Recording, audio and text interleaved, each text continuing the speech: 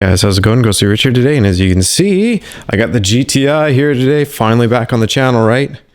I got some good news, and half of it's lying right there. Do you see it? I got a new airbag. I also have a new steering wheel airbag that came with a new steering wheel. I don't really need a new steering wheel, but came for free, so cool. I also got a new clock spring, which is nice. The other thing we've got, if we come over here, is the new dashboard. So I can put the interior back in the GTI. So I got this dashboard from a guy off of Craigslist, or no, not Craigslist. This one was actually off of Marketplace. It was perfect. After looking at the prices of them new, I was like, oh man. And so, yeah, I ended up getting hooked up and yeah, have the new one. Only thing I'm gonna have to do is pop out this vent, which I'll probably do before I install it. So that way I can install the new, or the old P3 gauge that I had in here, because I definitely want to have my P3 back in working order. And both vents shattered basically. Or I'll take a look at that one. If that one still works, I might just slip the old vent in there. We'll see. But I'm just gonna, for safety reasons, unbolt this steering wheel, slide it off, and then I'm going to slide the new dashboard on just to keep it safe and from getting scuffed up. But this is just to show you, I'm going to start bolting it back together.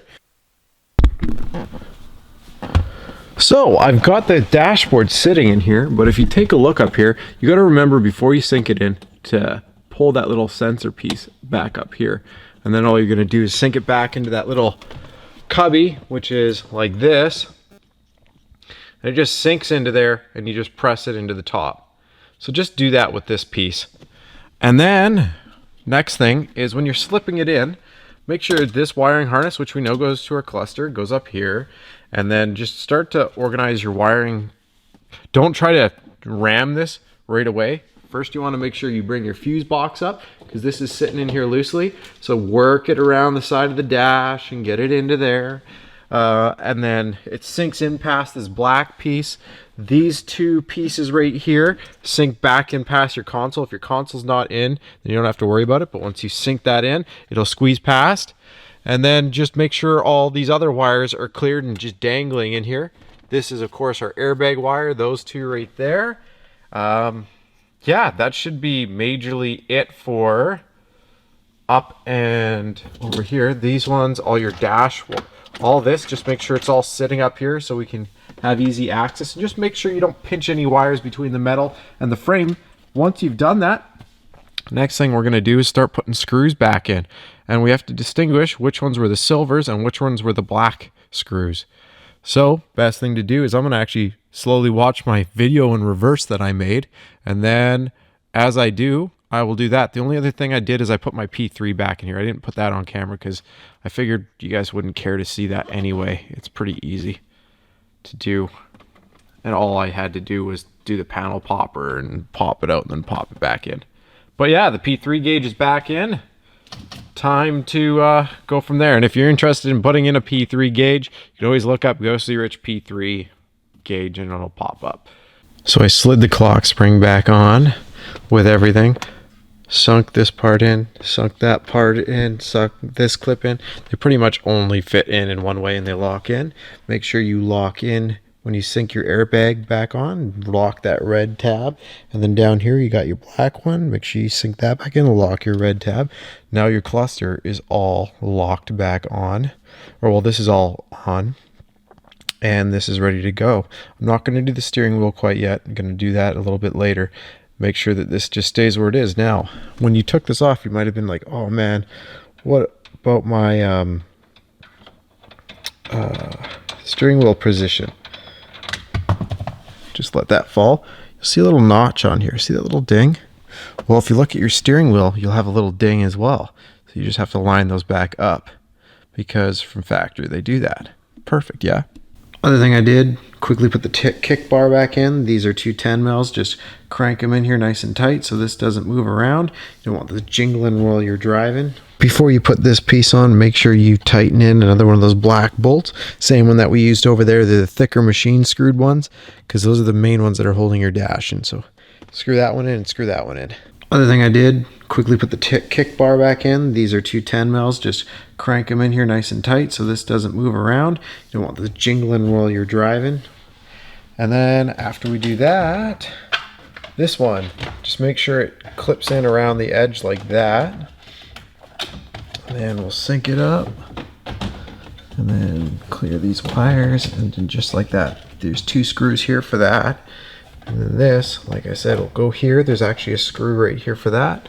And there's a screw for the fuse box. Put that top screw in, it goes like that, and then tuck this in behind the plastic piece. So the screw goes through here, through the dash, and then into the fuse box. Because the fuse box is the threaded part. You're using these screws, the screw with the washer on the tip. Next thing to do, plug in that wiring harness over here, and then make sure that yellow one, or for me it's yellow because I added in wires for my Euro switch, but make sure that comes out that little switch cup. So that way we can have that, and we're just gonna make sure the pegs line up with these holes right here and right there. And then all you're gonna do is clip this in. I've left this one for right now, but I've tightened the ones that were right here, put that all in. And then of course we put this one up, which is right here. Then next you take this small piece like we did before, and it just clips in here, work it around the side, clips in there. And if you want, you can throw a couple screws down here, the one screw up here, and then these click in, like you'll feel it. So then next we need our handy dandy switch. So just plug your switch back in, sink it in, and then we just press in and turn it. It should lock back in. Also, this dashboard, this new one that I purchased, it's secondhand. So the screw was broken in here, so there's nothing for this to screw into. If you want to, of course, there will be another screw spot there. Next is that blue wire. Put it into the cluster and then slowly sink that rocker in. So as you're pressing it down, make sure that rocker locks back in as you push it in. After just your two regular black screws, lift up the panel and you'll see the two screw spots just under the panel. Screw them in. Next thing, take your plastic cage, slip it in here, get it slipped in, make sure that it's all nice and tightly sitting in here, and then all these ones right here, put them in so that way it's holding in your plastic cage. Don't do the ones where it's got the silver like this, because that's where your stuff actually ties in. And of course these two are where your vents go. So for right now, just put in it looks like the main 6. These two, and the 2 in the back. I ended up stuffing the wire, aiming it up, and then pulling it out through here. So I've stuffed it in down through here, wrapped it around. You can touch your fingers if you go like this. It's like your finger aiming down and then your finger aiming up, you'll touch. So it's just straightening the wire harness, bringing it up here so you can click it in, or at least pop the button out and have that wire come out through here so you can plug it in and then sink that back in. Your button's already in, you just have to press it from behind and it'll be good. And then after you get it like so, sink it in, make sure you get that click, and then we're just gonna grab it and wiggle it in. Done. Next thing to do is put your 2 screws in right here that are holding in up here. If you have an aftermarket stereo like me, I have so many wires back here that plug into the back of my deck.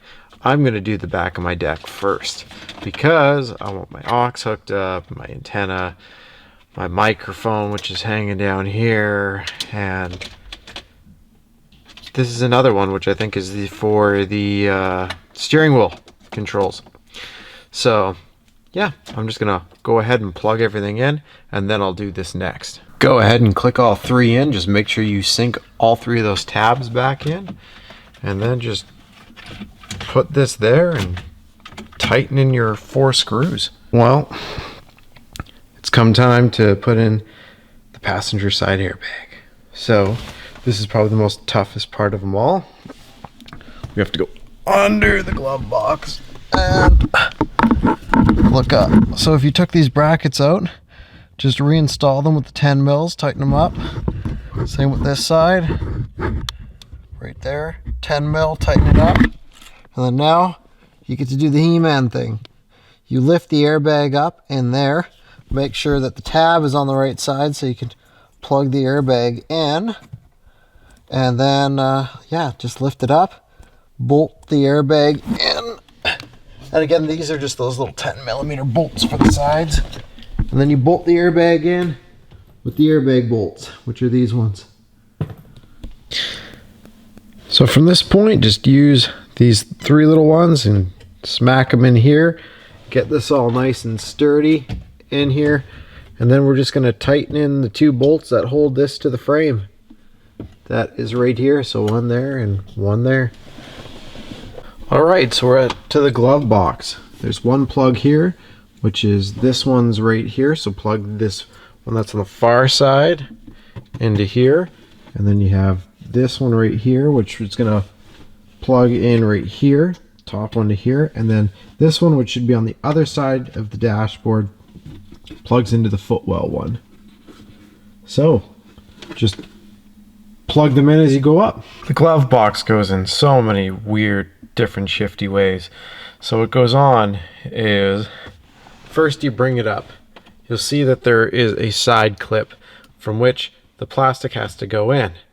So what you do is you bring it up here, and on here look for the 2 little pegs that are sticking out in the back. So there'll be a peg and a peg. And then what you're going to do is line up those pegs. You'll see they're in an oval hole for a reason.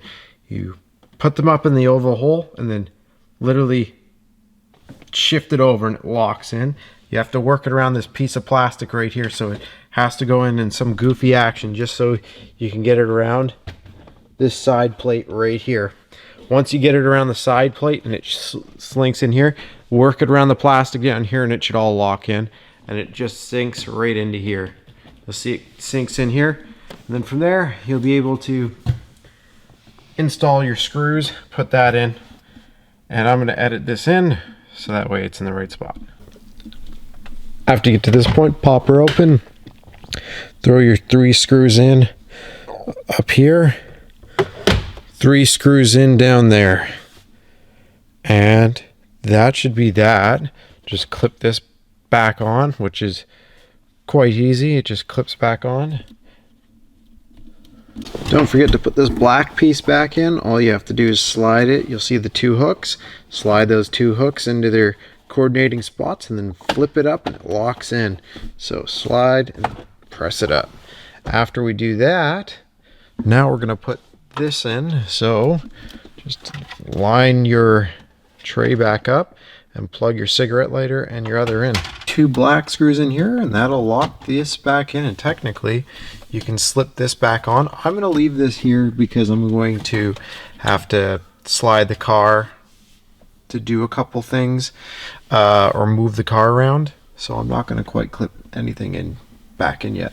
After that, it comes together pretty quick. First clip on this one, just literally press it in and it clips.